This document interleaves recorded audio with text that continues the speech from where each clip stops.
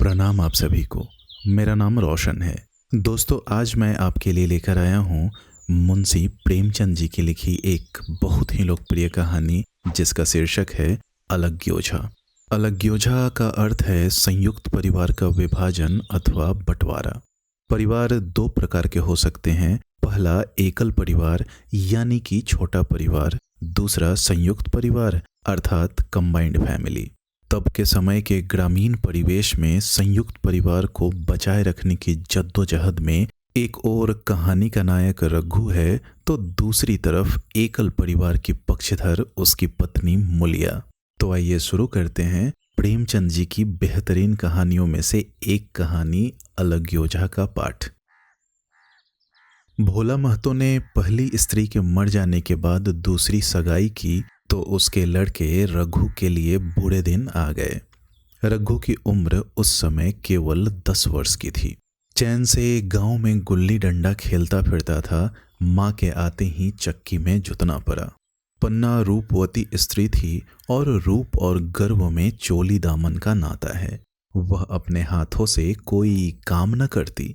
गोबर रघु निकालता, बैलों को सानी रघु देता।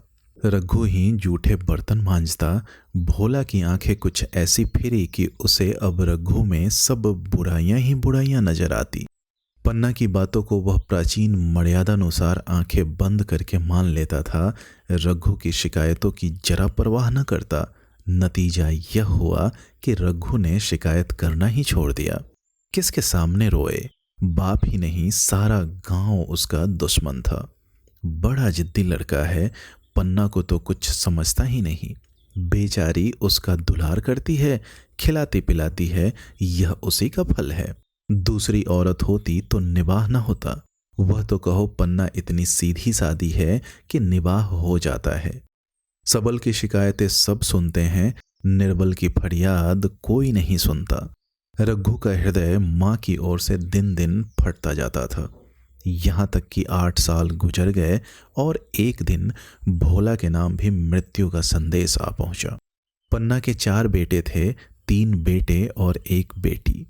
इतना बड़ा खर्च और कमाने वाला कोई नहीं। रघु अब क्यों बात पूछने लगा? यह मानी हुई बात थी। अपनी स्त्री लाएगा और अलग रहेगा। स्त्री आकर और भी आग लगाएगी। पन्ना को चारों ओर अंधेरा ही अंधेरा दिखाई देता था। पर कुछ भी हो, वह रघु की आश्रित बनकर घर में रहेगी। जिस घर में उसने राज किया उसमें अब लौंडी न बनेगी। जिस लौंडे को अपना गुलाम समझा उसका मुंह न ताकेगी। वह सुंदर थी, अवस्था अभी कुछ ज्यादा न थी, जवानी अपनी पूरी बहार पर थी। क्या वह कोई दूसरा घर नहीं कर सकती? यही न होगा, लोग हंसेंगे। भला से उसकी बिरादरी में क्या ऐसा होता नहीं? ब्राह्मण ठाकुर थोड़ी ही थी कि नाक कट जाएगी। यह तो उन्हीं ऊंची जातों में होता है कि घर में चाहे जो कुछ करो, बाहर पर्दा ढका रहे। वह तो संसार को दिखाकर दूसरा घर कर सकती है, फिर वह रघु की दबैल बनकर क्यों रहे? भोला को मरे 1 महीना गुजर चुका था। संध्या हो गई थी। पन्ना इसी चिंता में पड़ी हुई थी कि सहसा उसे ख्याल आया, लड़के घर में नहीं हैं। यह बैलों के लौटने की बेला है। कहीं कोई लड़का उनके नीचे ना आ जाए। अब द्वार पर कौन है जो उनकी देखभाल करेगा? रघु को मेरे लड़के फूटी आंखों नहीं भाते, कभी हंसकर नहीं बोलता। घर से बाहर निकली तो देखा रघु सामने झोपड़े में बैठा ऊख की गणेड़िया बना रहा है। लड़के उसे घेरे खड़े हैं और छोटी लड़की उसकी गर्दन में हाथ डाले उसकी पीठ पर सवार होने की चेष्टा कर रही है। पन्ना को अपनी आंखों पर विश्वास न आया। आज तो यह नई बात है। शायद दुनिया को दिखाता है कि मैं अपने भाइयों को कितना चाहता हूँ और मन में छोड़ी रखी हुई है। घात मिले तो जान ही ले ले। काला सांप है, काला सांप। कठोर स्वर में बोली, तुम सबके सब वहां क्या करते हो? घर में आओ, सांझ की बेला है, गोड़ू आते होंगे। रघु ने विनित नेत्रों से देखकर कहा, मैं तो हूं ही काकी, डर किस बात का है? बड़ा लड़का केदार बोला, काकी, रघु दादा ने हमारे लिए 2 गाड़ियां बना दी है। यह देख, एक पर हम और खुन्नू बैठेंगे, दूसरी पर लक्ष्मण और झुनिया। दादा दोनों गाड़ियां खींचेंगे। यह कहकर वह एक कोने से दो छोटी छोटी गाड़ियां निकाल लाया। चार चार पहिए लगे थे, बैठने के लिए तख्ते और रोक के लिए दोनों तरफ बाजू थे। पन्ना ने आश्चर्य से पूछा, ये गाड़ियां किसने बनाई? केदार ने चिढ़कर कहा, रघु दादा ने बनाई है और किसने? भगत के घर से बसुला और रुखानी मांग लाए और चटपट बना दी। खूब दौड़ती है काकी, बैठ खुन्नो, मैं खींचूं। खुन्नो गाड़ी में बैठ गया। केदार खींचने लगा। चर चर शोर हुआ, मानो गाड़ी भी इस खेल में लड़कों के साथ शरीक हो। लक्ष्मण ने दूसरी गाड़ी में बैठकर कहा, दादा खींचो। रघु ने झुनिया को भी गाड़ी में बिठा दिया और गाड़ी खींचता हुआ दौड़ा। तीनों लड़के तालियां बजाने लगे। पन्ना चकित नेत्रों से यह दृश्य देख रही थी और सोच रही थी कि यह वही रघु है या कोई और। थोड़ी देर के बाद दोनों गाड़ियां लौटी। लड़के घर में जाकर इस यान यात्रा के अनुभव बयान करने लगे। कितने खुश थे सब, मानो हवाई जहाज पर बैठ आए हों। खुन्नू ने कहा, काकी सब पैर दौड़ रहे थे। लक्ष्मण बोला, और बचिया कैसे भागी? सबकी सब दौड़ी। केदार ने कहा, काकी रघु दादा दोनों गाड़ियां एक साथ खींच ले जाते हैं। जुनिया सबसे छोटी थी, उसकी व्यंजना शक्ति उछल कूद और नेत्रों तक परिमित थी। तालियां बजा बजा कर नाच रही थी। खुन्नू ने कहा, अब हमारे घर गाय भी आ जाएगी काकी। रघु दादा ने गिरधारी से कहा है कि हमें एक गाय ला दो। गिरधारी बोला, कल लाऊंगा। केदार बोला, 3 सेर दूध देती है काकी, खूब दूध पिएंगे। इतने में रघु भी अंदर आ गया। पन्ना ने अवहेलना की दृष्टि से देखकर पूछा, क्यों रघु, तुमने गिरधारी से कोई गाय मांगी है? रघु ने क्षमा प्रार्थना के भाव से कहा, हाँ मांगी तो है, कल लाएगा। पन्ना ने कहा, रुपए किसके घर से आएंगे, यह भी सोचा है? रघु बोला, सब सोच लिया है काकी, मेरी यह मुहर नहीं है। इसके 25 रुपए मिल रहे हैं, 5 रुपए बचिया के मोजा दे दूंगा, बस गाय अपनी हो जाएगी। पन्ना सन्नाटे में आ गई। अब उसका अविश्वासी मन भी रघु के प्रेम और सज्जनता को अस्वीकार न कर सका। बोली, मुहर को क्यों बेचे देते हो? गाय की अभी कौन जल्दी है? हाथ में पैसे हो जाएं तो ले लेना। सूना सूना गला अच्छा न लगेगा। इतने दिनों गाय नहीं रही तो क्या लड़के नहीं जिए? रघु दार्शनिक भाव से बोला, बच्चों के खाने पीने के यही दिन है काकी, इस उम्र में न खाया तो फिर क्या खाएंगे? मुहर पहनना मुझे अच्छा भी नहीं मालूम होता। लोग समझते होंगे कि बाप तो गया, इसे मुहर पहनने की सूझी है। भोला महतो गाय की चिंता ही में चल बसे। न रुपए आए और न गाय मिली। मजबूर थे। रघु ने यह समस्या कितनी सुगमता से हल कर दी। आज जीवन में पहली बार पन्ना को रघु पर विश्वास आया। बोली, जब गहना ही बेचना है तो अपनी मुहर क्यों बेचोगे? मेरी हंसुली ले लेना। रघु ने कहा, नहीं काकी, वह तुम्हारे गले में बहुत अच्छी लगती है। मर्दों का क्या, मुहर पहने या न पहने। पन्ना बोली, चल मैं बूढ़ी हुई, अब हंसली पहनकर क्या करना है? तू अभी लड़का है, तेरा गला अच्छा न लगेगा। रघु मुस्कुराकर बोला, तुम अभी से कैसे बूढ़ी हो गई? गांव में है कौन तुम्हारे बराबर? रघु की सरल आलोचना ने पन्ना को लज्जित कर दिया। उसके रूखे मुरझाए मुख पर प्रसन्नता की लाली दौड़ गई। 5 साल गुजर गए। रघु का सा मेहनती, ईमानदार, बात का धनी दूसरा किसान गांव में न था। पन्ना की इच्छा के बिना कोई काम न करता। उसकी उम्र अब 23 साल की हो गई थी। पन्ना बार बार कहती, भैया बहू को विदा कर लाओ, कब तक नैहर में पड़ी रहेगी? सब लोग मुझी को बदनाम करते हैं कि यही बहू को नहीं आने देती। मगर रघु टाल देता था। कहता कि अभी जल्दी क्या है? उसे अपनी स्त्री के रंग ढंग का कुछ परिचय दूसरों से मिल चुका था। ऐसी औरत को घर में लाकर वह अपनी शांति में बाधा नहीं डालना चाहता था। आखिर एक दिन पन्ना ने जिद करके कहा, तो तुम न लाओगे? कह तो दिया, अभी कोई जल्दी नहीं। पन्ना बोली, तुम्हारे लिए जल्दी ना होगी, मेरे लिए तो जल्दी है, मैं आज आदमी भेजती हूँ। रघु ने कहा, पछताओगी काकी, उसका मिजाज अच्छा नहीं है। पन्ना बोली, तुम्हारी बला से, जब मैं उससे बोलूंगी ही नहीं तो क्या हवा से लड़ेगी? रोटियां तो बना लेगी, मुझसे भीतर बाहर का सारा काम नहीं होता। मैं आज बुलाए लेती हूँ। फिर रघु ने कहा, बुलाना चाहती हो तो बुला लो, मगर फिर यह न कहना कि यह मेहरिया को ठीक नहीं करता, उसका गुलाम हो गया। न कहूंगी, जाकर 2 साड़ियाँ और मिठाई ले आ। तीसरे दिन मुलिया मैके से आ गई। दरवाजे पर नगारे बजे, शहनाइयों की मधुर ध्वनि आकाश में गूंजने लगी। मुंह दिखावे की रस्म अदा हुई।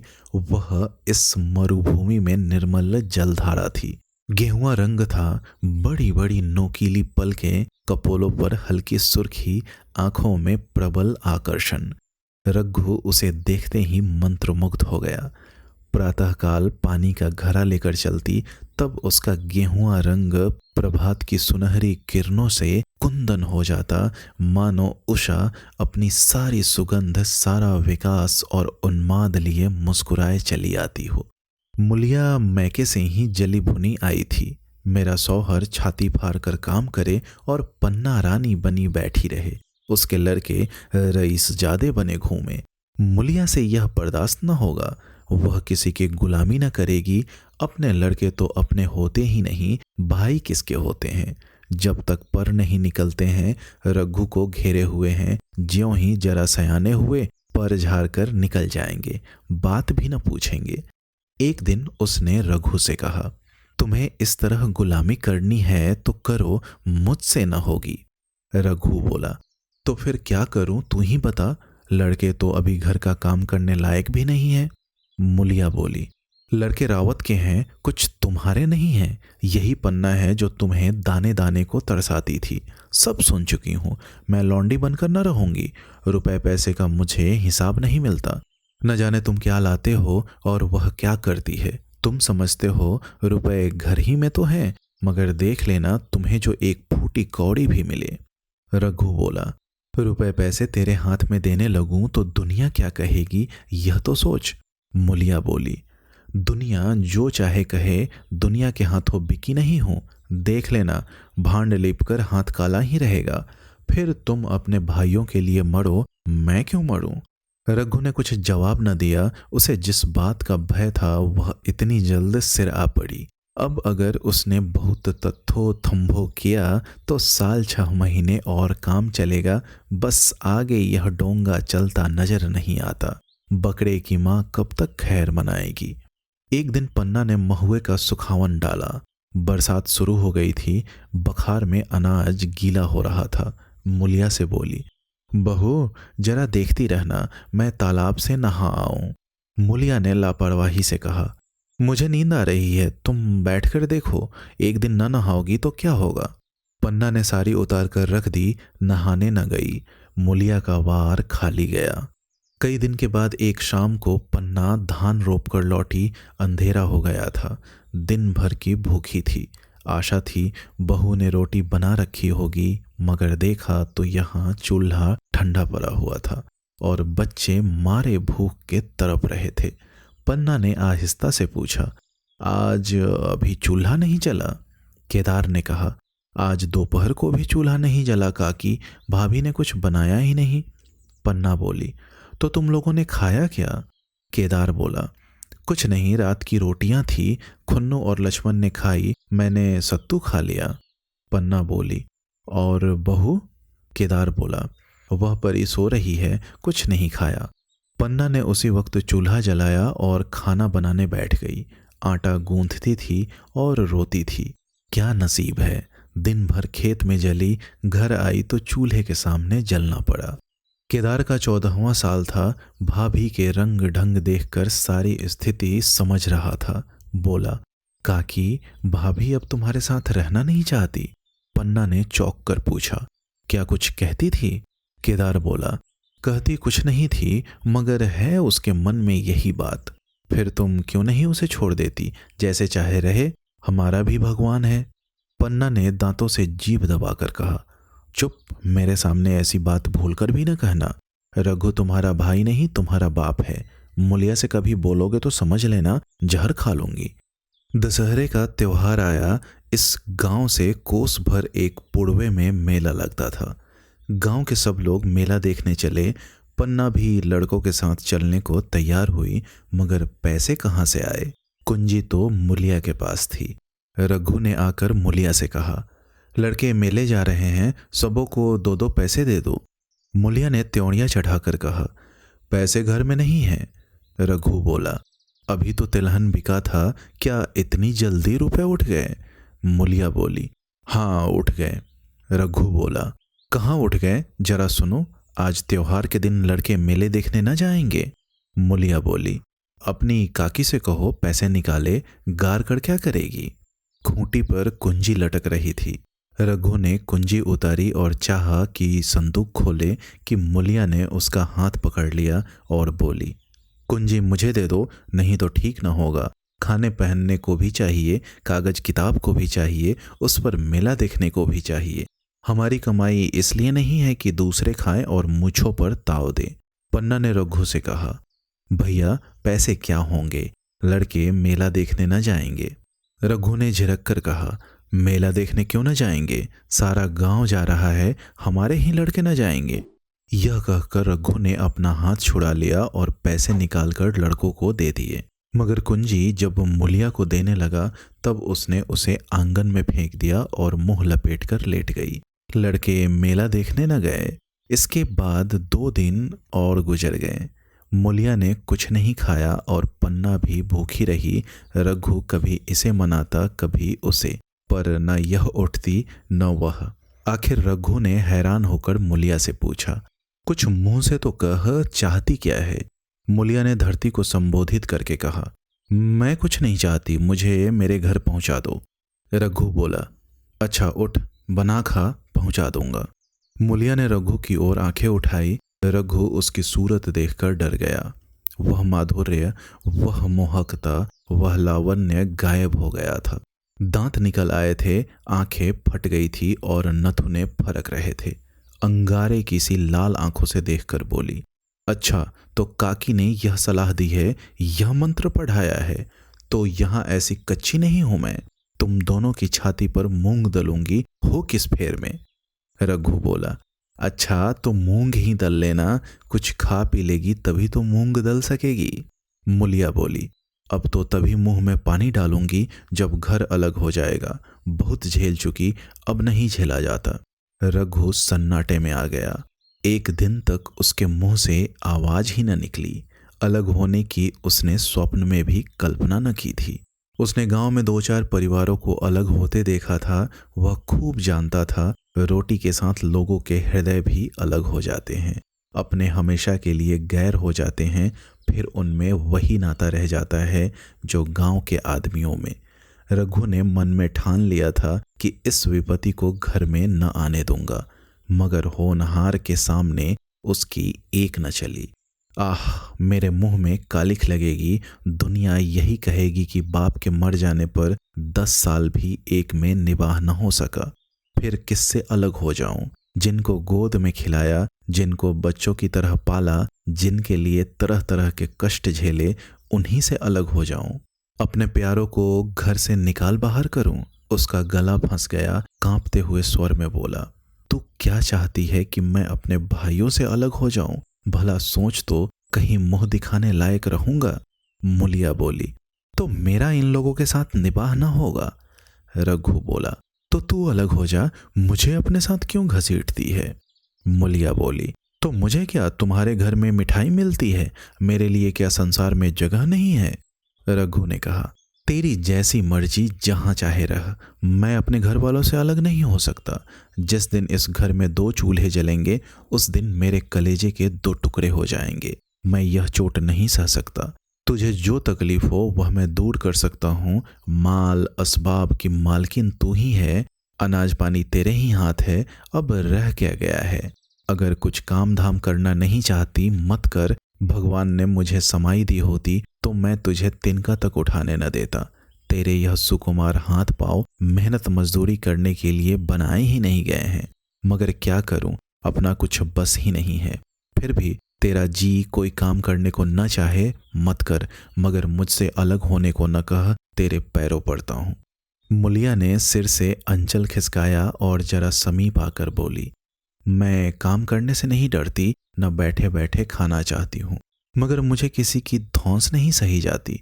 तुम्हारी ही काकी घर का कामकाज करती है तो अपने लिए करती है, अपने बाल बच्चों के लिए करती है, मुझ पर कुछ एहसान नहीं करती। फिर मुझ पर धौंस क्यों जमाती है? उन्हें अपने बच्चे प्यारे होंगे, मुझे तो तुम्हारा आसरा है। मैं अपनी आंखों से यह नहीं देख सकती कि सारा घर तो चैन करे, जरा जरा से बच्चे तो दूध पिए, और जिसके बलबूते पर गृहस्थी बनी हुई है वह मट्ठे को तरसे। कोई उसका पूछने वाला ना हो। जरा अपना मुंह तो देखो, कैसी सूरत निकल आई है। औरों के तो 4 बरस में अपने पट्टे तैयार हो जाएंगे, तुम तो 10 साल में खाट पर पड़ जाओगे।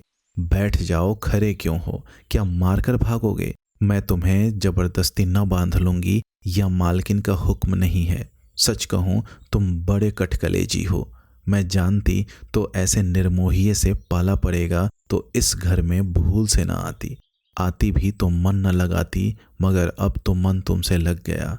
घर भी जाऊं तो मन यहाँ ही रहेगा, और तुम जो हो मेरी बात नहीं पूछते। मुलिया की ये रसीली बातें रघु पर कोई असर न डाल सकी। वह उसी रुखाई से बोला, मुलिया, मुझसे यह न होगा। अलग होने का ध्यान करते ही मेरा मन न जाने कैसा हो जाता है। यह चोट मुझसे न सही जाएगी। मुलिया ने परिहास करके कहा, तो चूड़ियां पहनकर अंदर बैठो ना। लाओ, मैं मूछे लगा लूं। मैं तो समझती थी कि तुम में भी कुछ कलबल है, अब देखती हूं तुम तो निरे मिट्टी के लौंदे हो। पन्ना दालान में खड़ी दोनों की बातचीत सुन रही थी। अब उससे न रहा गया, सामने आकर रघु से बोली, जब वो अलग होने पर तुली हुई है, फिर तुम क्यों उसे जबरदस्ती मिलाए रखना चाहते हो? तुम उसे लेकर रहो, हमारे भगवान मालिक हैं। जब महतो मर गए थे और कहीं पत्ती की भी छाह न थी, उस वक्त भी जब भगवान ने निभाह दिया, तो अब क्या डर?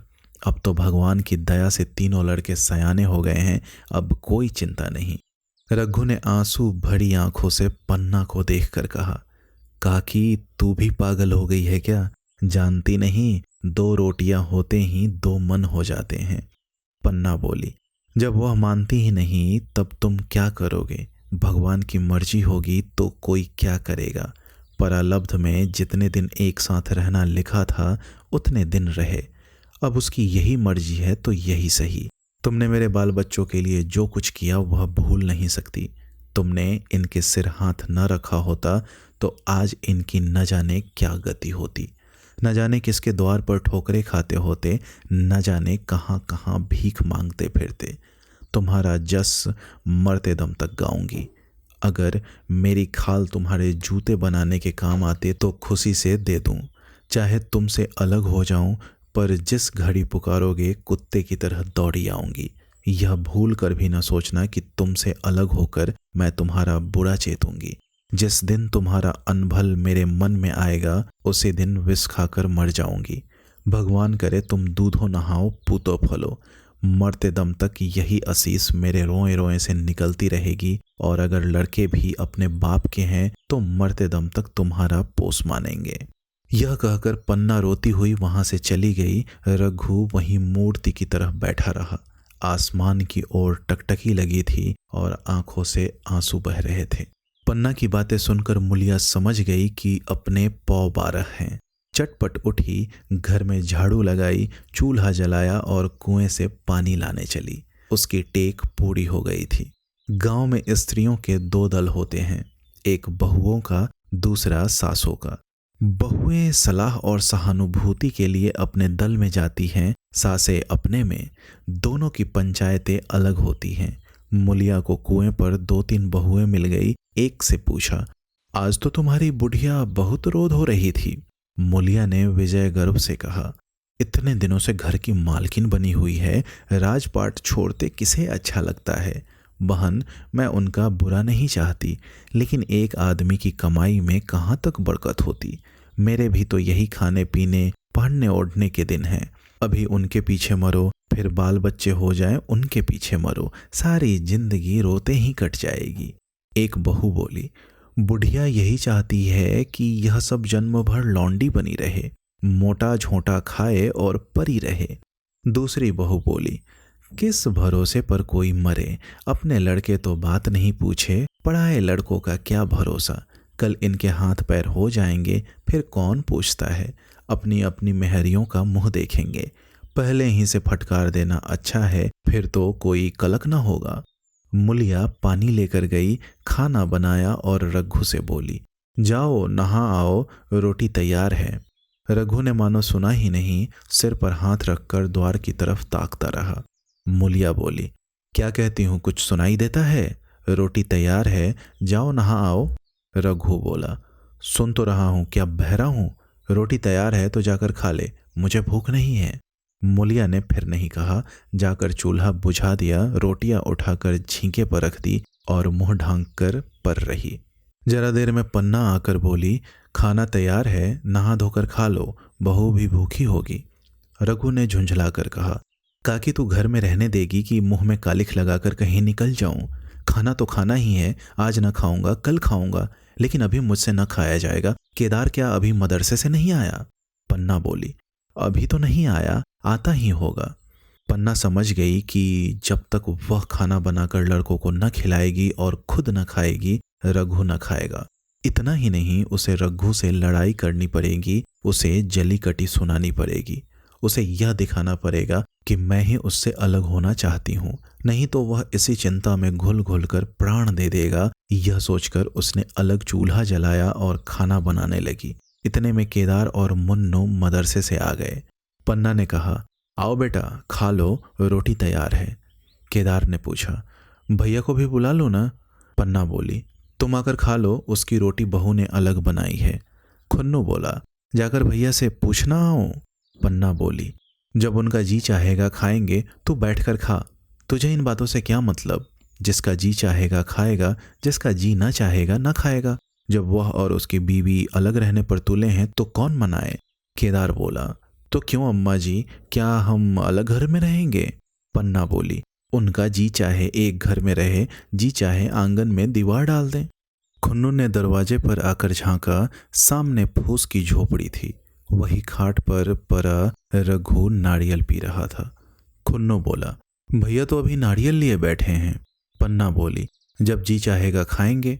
केदार बोला, भैया ने भाभी को डांटा नहीं? मुलिया अपनी कोठरी में परी सुन रही थी। बाहर आकर बोली, भैया ने तो नहीं डांटा, अब तुम आकर डांटो। केदार के चेहरे का रंग उड़ गया, फिर जबान न खोली। तीनों लड़कों ने खाना खाया और बाहर निकले। लू चलने लगी थी। आम के बाग में गांव के लड़के लड़कियां हवा से गिरे हुए आम चुन रहे थे। केदार ने कहा, आज हम भी आम चुनने चलें, खूब आम गिर रहे हैं। खुन्नू बोला, दादा जो बैठे हैं। लक्ष्मण बोला, मैं न जाऊंगा, दादा घुरकेंगे। केदार बोला, वह तो अब अलग हो गए। लक्ष्मण बोला, तो अब हमको कोई मारेगा तब भी दादा न बोलेंगे। केदार ने कहा, वाह, तब क्यों ना बोलेंगे। रघु ने तीनों लड़कों को दरवाजे पर खड़े देखा पर कुछ बोला नहीं। पहले तो वह घर के बाहर निकलते ही उन्हें डांट बैठता था, पर आज वह मूर्ति के समान निश्चल बैठा रहा। अब लड़कों को कुछ साहस हुआ, कुछ दूर और आगे बढ़े। रघु अब भी न बोला, कैसे बोले? वह सोच रहा था, काकी ने लड़कों को खिला पिला दिया, मुझसे पूछा तक नहीं। क्या उसकी आंखों पर भी पर्दा पड़ गया है? अगर मैंने लड़कों को पुकारा और वह न आए तो मैं उनको मार पीट तो न सकूंगा। लू में सब मारे मारे फिरेंगे, कहीं बीमार न पड़ जाएं। उसका दिल महसूस कर रह जाता था, लेकिन मुंह से कुछ न कह सकता था। लड़कों ने देखा कि यह बिल्कुल नहीं बोलते तो निर्भय होकर चल पड़े। सहसा मुलिया ने आकर कहा, अब तो उठोगे कि अब भी नहीं? जिनके नाम पर फांका कर रहे हो, उन्होंने मजे से लड़कों को खिलाया और आप खाया, अब आराम से सो रही हैं। मोर पिया बात न पूछे, मोर सुहागिन नाओ। एक बार भी तो मुंह से न फूटा कि चलो भैया खा लो। रघु को इस समय मर्मांतक पीड़ा हो रही थी। मुलिया के इन कठोर शब्दों ने घाव पर नमक छिड़क दिया। दुखित नेत्रों से देखकर बोला, तेरी जो मर्जी थी वही तो हुआ, अब जा ढोल बजा। मुलिया बोली, नहीं, तुम्हारे लिए थाली परोसे बैठी हूं। रघु, मुझे चिढ़ा मत, तेरे पीछे मैं भी बदनाम हो रहा हूं।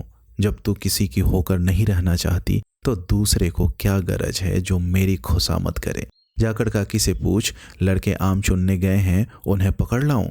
मुलिया अंगूठा दिखाकर बोली, यह जाता है, तुम्हारी 100 बार गरज हो जाकर पूछो। इतने में पन्ना भी भीतर से निकल आई। रघु ने पूछा, लड़के बगीचे में चले गए हैं काकी, लू चल रही है। पन्ना बोली, अब उनका कौन पुछतर है, बगीचे में जाएं, पेड़ पर चढ़े, पानी में डूबे, मैं अकेली क्या क्या करूं। रघु बोला, जाकर पकड़ लाऊं। पन्ना बोली, जब तुम्हें अपने मन से नहीं जाना है तो फिर मैं जाने को क्यों कहूं, तुम्हें रोकना होता तो रोक न देते, तुम्हारे सामने ही तो गए होंगे। पन्ना की बात पूरी भी ना हुई थी कि रघु ने नारियल कोने में रख दिया और बाग की तरफ चला।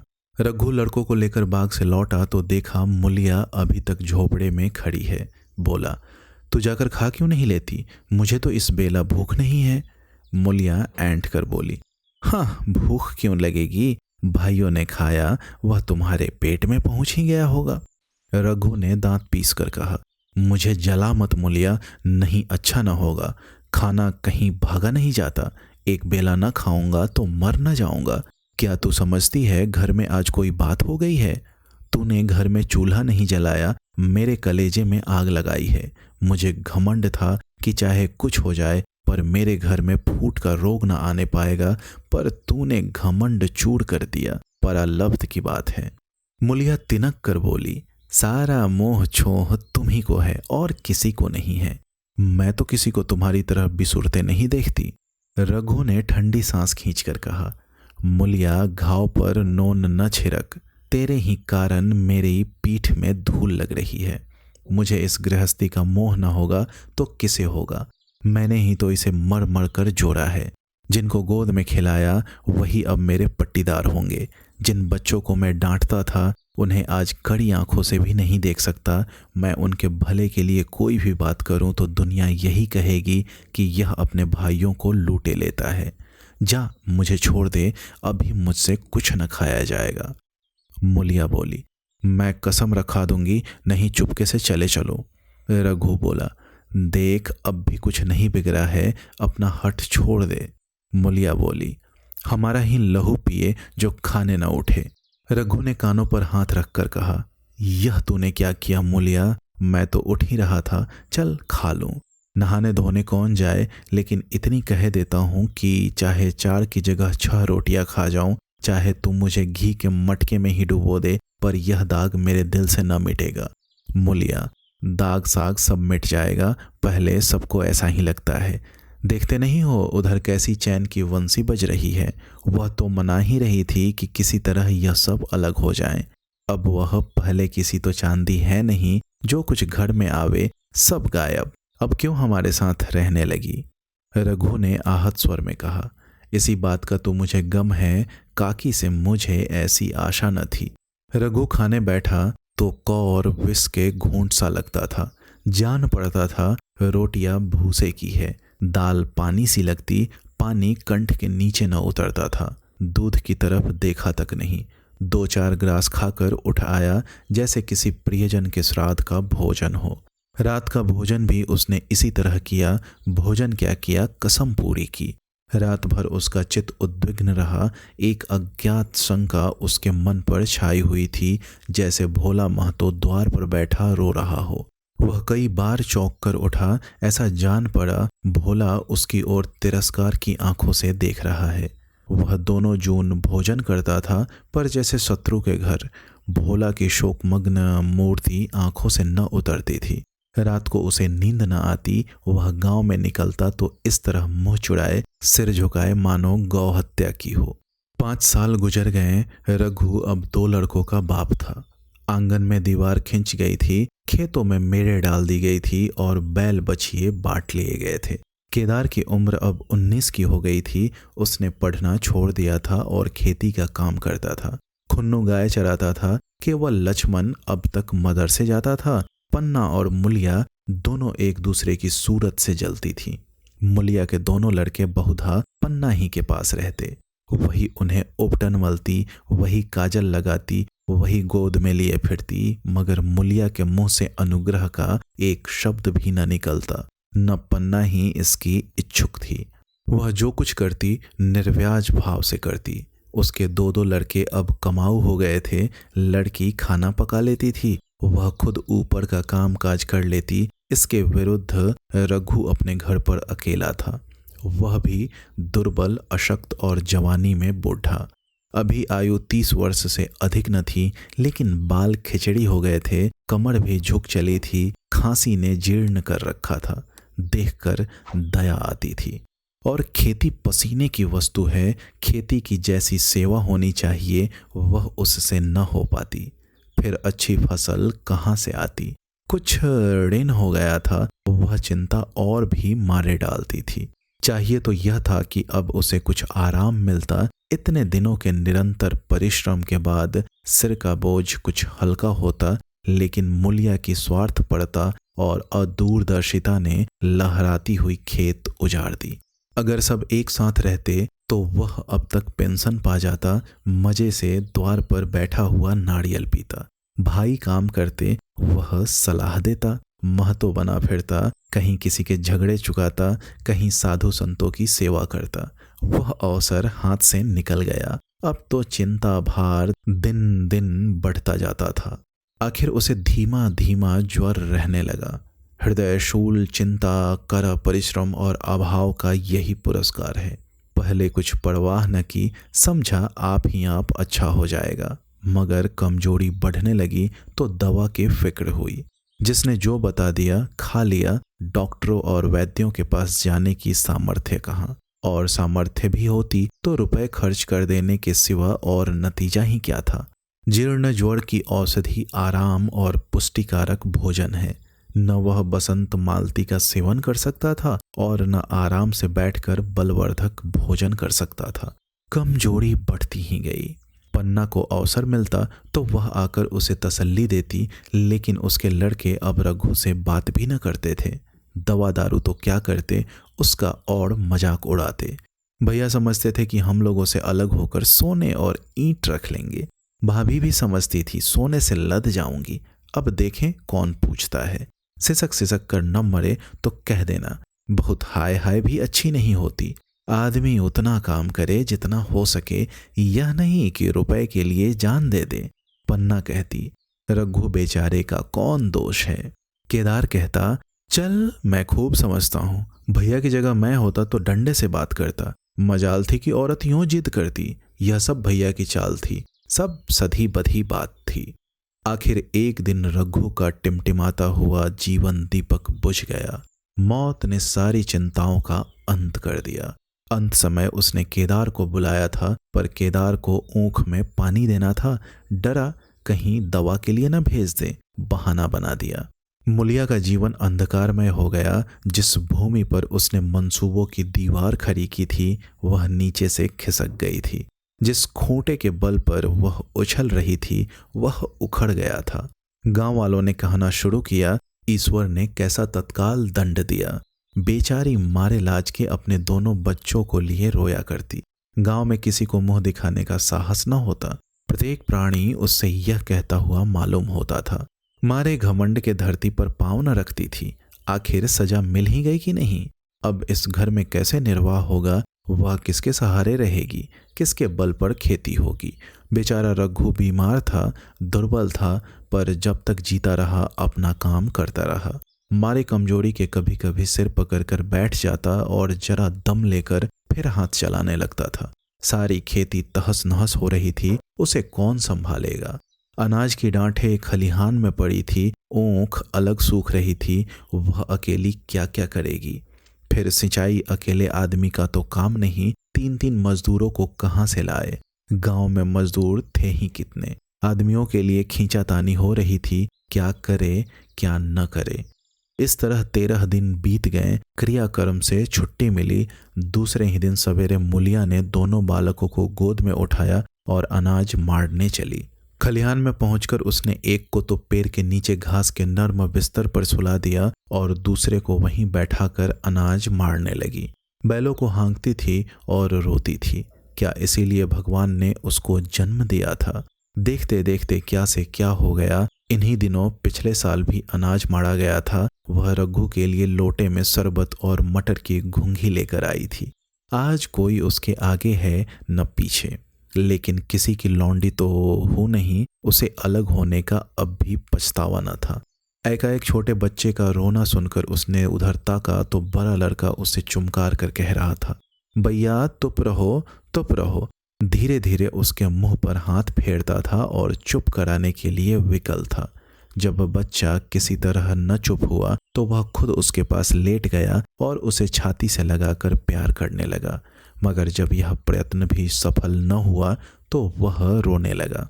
उसी समय पन्ना दौड़ आई और छोटे बालक को गोद में उठाकर प्यार करती हुई बोली, लड़कों को मुझे क्यों न दे आई बहू, हाय हाय बेचारा धरती पर परा लौट रहा है। जब मैं मर जाऊं तो जो चाहे करना, अभी तो जीती हूं, अलग हो जाने से बच्चे तो नहीं अलग हो गए। मुलिया ने कहा, तुम्हें भी तो छुट्टी नहीं थी अम्मा, क्या करती।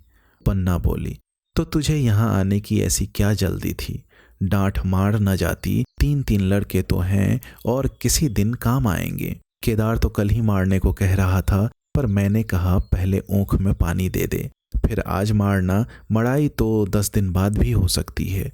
ऊँख की सिंचाई न हुई तो सूख जाएगी। कल से पानी चढ़ा हुआ है, परसों तक खेत पुड़ जाएगा, तब मड़ाई हो जाएगी। तुझे विश्वास न आएगा, जब से भैया मरे हैं केदार को बड़ी चिंता हो गई है। दिन में 100-100 बार पूछता है, भाभी बहुत रोती तो नहीं है, देख लड़के भूखे तो नहीं हैं। कोई लड़का रोता है तो दौड़ा आता है, देख अम्मा क्या हुआ, बच्चा क्यों रोता है। कल रोकर बोला, अम्मा मैं जानता कि भैया इतने जल्दी चले जाएंगे तो उनकी कुछ सेवा कर लेता। कहाँ जगाए जगाए उठता था, अब देखती हूँ पहर रात से उठकर काम में लग जाता है। खुन्नू कल जरा सा बोला, पहले हम अपनी ऊँख में पानी दे देंगे, तब भैया की ऊँख में देंगे। इस पर केदार ने ऐसा डांटा कि खुन्नू के मुंह से फिर बात न निकली। बोला, कैसी तुम्हारी और कैसी हमारी ऊँख, भैया ने न जिला लिया होता तो आज यूं तो मर गए होते या कहीं भीख मांगते होते। आज तुम बड़े ऊँख वाले बने हो, यह उन्हीं का पुण्य प्रताप है कि आज भले आदमी बने बैठे हो। परसों रोटी खाने को बुलाने गई तो मरैया में बैठा रो रहा था। पूछा क्यों रोता है तो बोला, भैया इसी अलग योज के दुख से मर गए, नहीं अभी उनकी उम्र ही क्या थी। यह उस वक्त न सूझा, नहीं उनसे क्यों बिगाड़ करते। यह कहकर पन्ना ने मुलिया की ओर संकेतपूर्ण दृष्टि से देखकर कहा, तुम्हें वह अलग न रहने देगा बहू, कहता है भैया हमारे लिए मर गए तो हम भी उनके बाल बच्चों के लिए मर जाएंगे। मुलिया की आंखों से आंसू जारी थे। पन्ना की बातों में आज सच्ची वेदना, सच्ची सांत्वना, सच्ची चिंता भरी हुई थी। मुलिया का मन कभी उसकी ओर इतना आकर्षित न हुआ था, जिनसे उसे व्यंग और प्रतिकार का भय था, वे इतने दयालु, इतने शुभेच्छु हो गए थे। आज पहली बार उसे अपनी स्वार्थपरता पर लज्जा आई, पहली बार आत्मा ने अलग योझे पर धिक्कारा। इस घटना को हुए 5 साल और गुजर गए। पन्ना आज बूढ़ी हो गई है। केदार घर का मालिक है, मुलिया घर की मालकिन। खुन्नू और लक्ष्मण के विवाह हो चुके हैं, मगर केदार अभी तक कुंवारा है। कहता है मैं विवाह न करूंगा। कई जगहों से बातचीत हुई, कई सगाइयां आई, पर उसने हामी न भरी। पन्ना ने कंपे जलाए, जाल फैलाए, पर वह न फंसा। कहता औरतों से कौन सुख, मेहरिया घर में आई और आदमी का मिजाज बदला, फिर जो कुछ है वह मेहरिया है। माँ बाप भाई बंधु सब पर आए हैं। जब भैया जैसे आदमी का मिजाज बदल गया तो फिर दूसरों की क्या गिनती। 2 लड़के भगवान के दिए हैं और क्या चाहिए। बिना ब्याह किए 2 बेटे मिल गए, इससे बढ़कर और क्या होगा। जिसे अपना समझो वह अपना है, जिसे गैर समझो वह गैर है। एक दिन पन्ना ने कहा, तेरा वंश कैसे चलेगा। केदार बोला, मेरा वंश तो चल रहा है, दोनों लड़कों को अपना ही समझता हूँ। पन्ना बोली, समझने ही पर है तो तुम मुलिया को भी अपनी मेहरिया समझता होगा। केदार ने झेपते हुए कहा, तुम तो गाली देती हो अम्मा। पन्ना बोली, गाली कैसी, तेरी भाभी ही तो है। केदार बोला, मेरे जैसे लठ गंवार को वह क्यों पूछने लगी। पन्ना बोली, तू करने को कह तो मैं उससे पूछूं। केदार, नहीं मेरी अम्मा, कहीं रोने गाने न लगे। पन्ना बोली, तेरा मन हो तो मैं बातों बातों में उसके मन की थाह लूं। केदार बोला, मैं नहीं जानता, जो चाहे कर। पन्ना केदार के मन की बात समझ गई। लड़के का दिल मूलिया पर आया हुआ है, पर संकोच और भय के मारे कुछ नहीं कहता। उसी दिन उसने मूलिया से कहा, क्या करूं बहू, मन की लालसा मन में ही रह जाती है। केदार का घर भी बस जाता तो मैं निश्चिंत हो जाती। मूलिया बोली, वह तो करने को ही नहीं कहते। पन्ना बोली, कहता है ऐसी औरत मिले जो घर में मेल से रहे तो कर लूं। मूलिया बोली, ऐसी औरत कहाँ मिलेगी, कहीं ढूंढो। पन्ना बोली, मैंने तो ढूंढ लिया है। मूलिया, सच, किस गांव की है। पन्ना, अभी न बताऊंगी, मुदा यह जानती हूं कि उससे केदार की सगाई हो जाए तो घर बन जाए और केदार की जिंदगी भी सफल हो जाए। न जाने लड़की मानेगी कि नहीं। मूलिया, मानेगी क्यों नहीं अम्मा, ऐसा सुंदर कमाऊ सुशील वर और कहाँ मिला जाता है। उस जन्म का कोई साधु महात्मा है, नहीं तो लड़ाई झगड़े के डर से कौन बिना ब्याहे रहता है। कहाँ रहती है, मैं जाकर उसे मना लाऊं। पन्ना बोली, तू चाहे तो उसे मना ले, तेरे ही ऊपर है। मूलिया, मैं आज ही चली जाऊंगी अम्मा, उसके पैरों पर कर मना लाऊंगी। पन्ना बोली, बता दूं, वह तू ही है। मूलिया लजाकर बोली, तुम तो अम्मा जी गाली देती हो। पन्ना, गाली कैसी, देवर ही तो है। मूलिया बोली, मुझ जैसी बुढ़िया को वह क्यों पूछेंगे।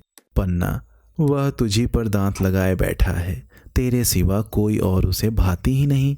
डर के मारे कहता नहीं, पर उसके मन की बात मैं जानती हूँ। वैधव्य के शोक से मुरझाया हुआ मूलिया का पीत वदन कमल की भांति अरुण हो उठा। 10 वर्षों में जो कुछ खोया था वह इसी एक क्षण में मानो ब्याज के साथ मिल गया। वही लावण्य, वही विकास, वही आकर्षण, वही लोच। दोस्तों, उम्मीद करता हूँ यह कहानी आपको पसंद आई होगी। ऐसी ही ढेरों कहानियाँ सुनने के लिए आप हमारे चैनल से जुड़े रहें। बहुत बहुत धन्यवाद।